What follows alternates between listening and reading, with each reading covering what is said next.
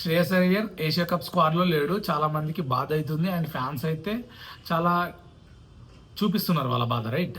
అది పక్కన పెడితే ఇప్పుడు ఒకసారి డీకోడ్ చేద్దాం స్క్వాడ్ని. అది కరెక్ట్ స్క్వాడా కాదనేది. ఫర్ మీ అది కరెక్ట్ స్క్వాడే.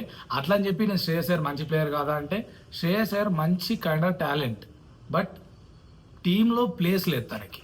ఆబ్వియస్గా చెప్తున్నా, లేదు. ఎందుకంటే బ్యాటింగ్ ఆర్డర్ అనేది ఒకటి ఉంటుంది కదా, దాని ప్రకారం చూసుకుంటే Shreyas Iyer batting order number 4లో ఉంటుంది, రైట్? అండ్ అది చూసుకుంటే నెంబర్ 4లో మనకి సూర్యకుమార్ ఉన్నాడు, నెంబర్ 3లో తిలక్ వర్మ ఉన్నాడు.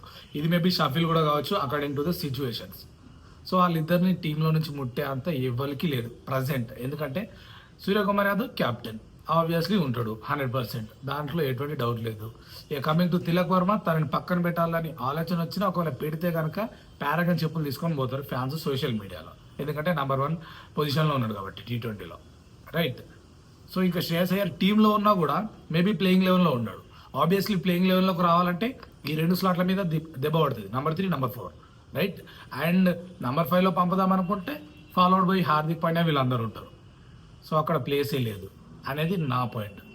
సో స్క్వాడ్ అయితే బాగానే ఉంది, అట్లని చెప్పి ఇంజస్టిస్ శ్రేయస్ అయ్యర్ కంటే చెప్పలేము. స్క్వాడ్లో ఫిట్ కావట్లేదు.